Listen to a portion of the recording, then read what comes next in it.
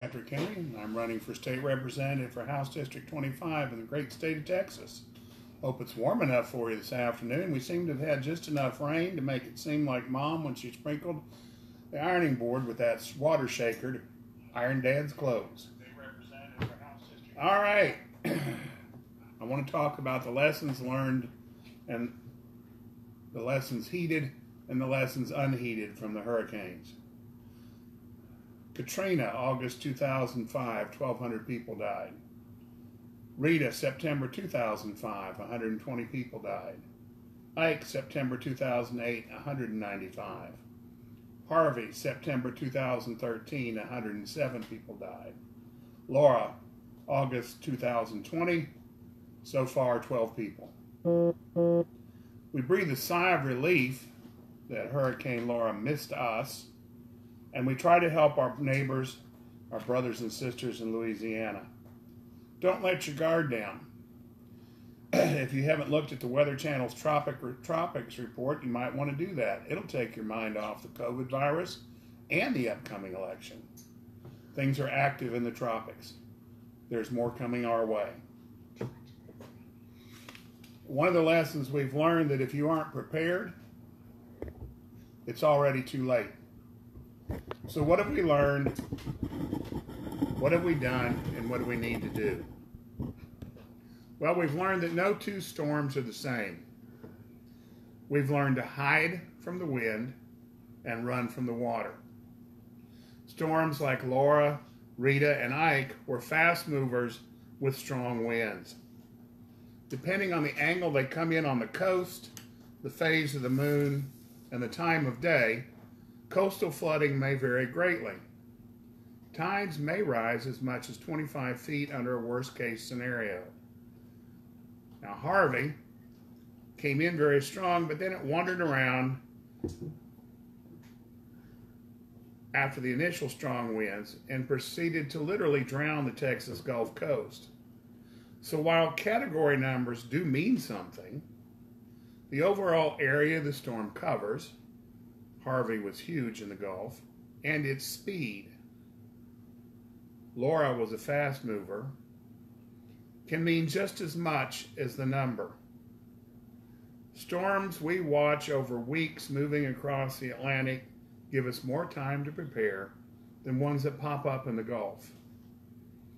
Oh, and a tropical storm like Allison can do nearly as much damage as any hurricane. With Katrina, we learned that we were in no way prepared for a major storm hitting a metropolitan area. Well, we all knew this. We just didn't act on it. Everybody knew that New Orleans was in a precarious state if a bad storm occurred. Well, the levee broke. 1,200 people died. New Orleans' nightmare played out on our TV screens. The worst was, we knew this didn't have to happen. Several weeks later, Rita threatened Houston. Mayor Bill White sent 3 million Houstonians on the roads, blocking coastal evacuations. Traffic was literally deadly. A bus of senior citizens caught fire in a traffic jam. People camped in their cars on the highways. No gas, no water, September heat, no plan. Rita pummeled East Texas and was a very strong storm. We learned that we were horribly unprepared. Ike was my storm. I was mayor of Angleton. Nothing raises your pucker factor like seeing the Hurricane Hunter plane head out over your town at about 500 feet. You're the chief elected official. You're the one that's going to make life and death decisions. And as a chief elected official in a town in an emergency, you and the city manager make the decisions. I signed a check for $713,000 at 3 a.m. I never had seen a check that big. Ike aimed itself at the upper Texas coast over a course of 4 days. First Corpus Christi, then creeping up the coast, and finally ripping the hell out of Crystal Beach. Ike also was one of those storms that pushed an ominous wall of water into Galveston and up the ship channel.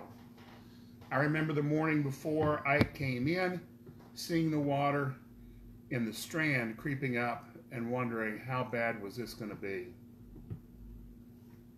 Now, I'm not a big Governor Perry fan, but Governor Perry, from the time of Rita until Ike, worked with state agencies to prepare for an evacuation that was not a disaster.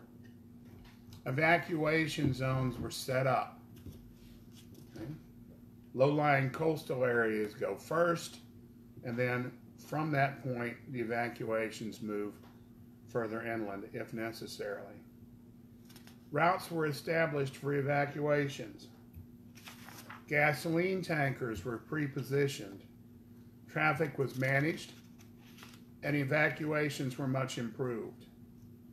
Systems to evacuate and house vulnerable populations were in place, and they functioned. More lessons were learned in Angleton. We found out how many generators we needed to get the water and sewer systems to run, to make sure that the hospital had power and water and sewer. I've got a lot of Ike stories. My favorite is 3 days after the storm left, when two FEMA reps showed up in their government car, the first ones there, and got out of their car, and I introduced myself as mayor. And they commented that they were amazed at the amount of cleanup work we'd already done. I explained we didn't wait for help around here. We got to work. We had a National Guard unit come to help with unloading semis of ice and food and water.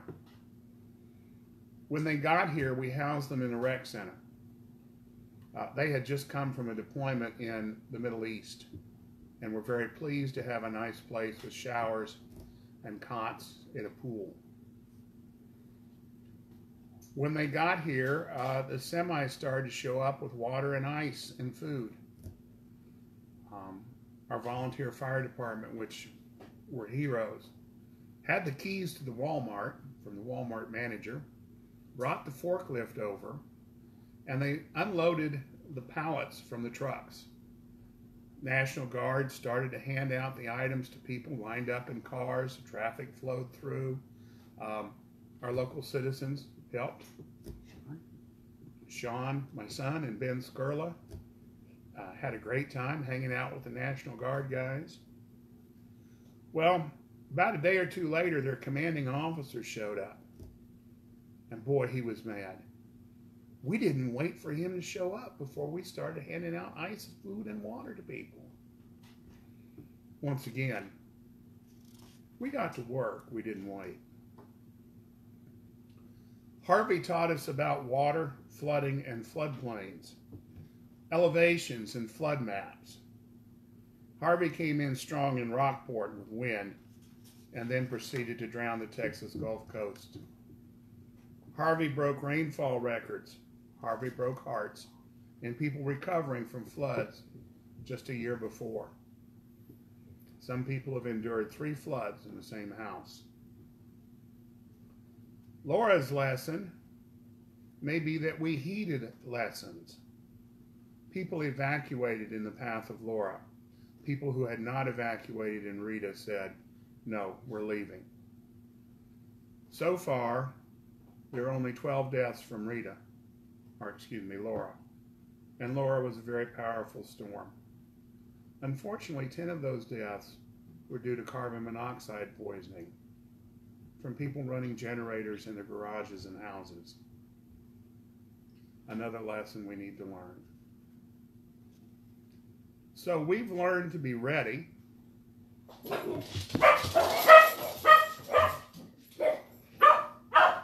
It wouldn't be a good broadcast without some dog noise. So we've learned to be ready. Help is not going to get here in a hurry. And funds from the government may be years in coming. Just this week, funds were released locally to elevate houses in this area from Harvey. That's right. 3 years after Harvey, the money is here to help people elevate their houses so that they won't flood again. Ike money was still being doled out 8 years after that storm. People who stayed for Rita left for Laura, and that saved lives. Traffic on I-10 was bad, but it moved. One of the things, too, that's been added for our area is Spur 10. Our evacuation route takes us to the Brenham area on Highway 36. Spur 10 was added to move people around Richmond-Rosenberg. 4 lanes so that you can bypass that area. We've learned to be better prepared. We have our items in hand. We keep an eye on the weather. I hope we've learned that saving people matters more than saving things. That our lives are more important than our houses. That our families are more important than our belongings. Most of us have an idea of where we're going to go if we do need to leave. Oh, and Lake Charles is 25 miles or more inland. Much of the population of House District 25 is in reach of a strong storm. So what have we not learned and acted on? Hurricane Alicia came in 1983 at San Luis Pass and moved up the ship channel. This is one of those nightmare paths that if a Category 4 or 5 pushed 20 feet of water into the bay and ship channel, the results would be devastating. The New York Times and the Houston Chronicle ran articles this week, on the environmental disasters that would ensue from a storm that flooded the refineries, storage facilities, and petrochemical plants north of the bay. So here's what would happen. A wall of water, 20 feet high, would be blown from the bay, moving 15 to 20 feet per second into the refineries, factories, petrochemical areas. Those big storage tanks you see, unless they're full and tied down, will float and collapse. So in comes the storm water, and then the real damage occurs when that water drains back out through Galveston Bay and Galveston. The effects of that kind of a storm surge would ruin the estuaries and the environment of Galveston Bay. This is not make-believe. This is not something that's supposed. This is what would happen. And we've known this, and we still know it. 12 years after Ike, all we have are plans. Plans for an Ike dike, plans for a coastal spine, plans for billion-dollar projects. Just plans, no action. This can be done. It's done in other countries. The Netherlands, in Italy, Venice, have means of protecting their coastal areas and their treasures. The Corps of Engineers, in their plans, only plan for a 16-foot storm surge. Okay?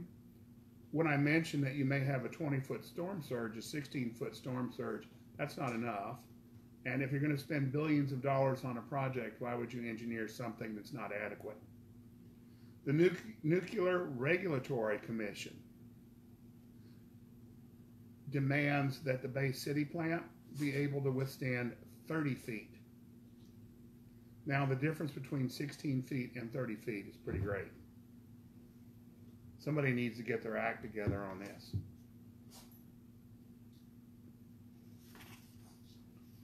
Our state leaders need to hold the Army Corps of Engineers and the federal government's feet to the fire to prioritize coastal readiness and protection.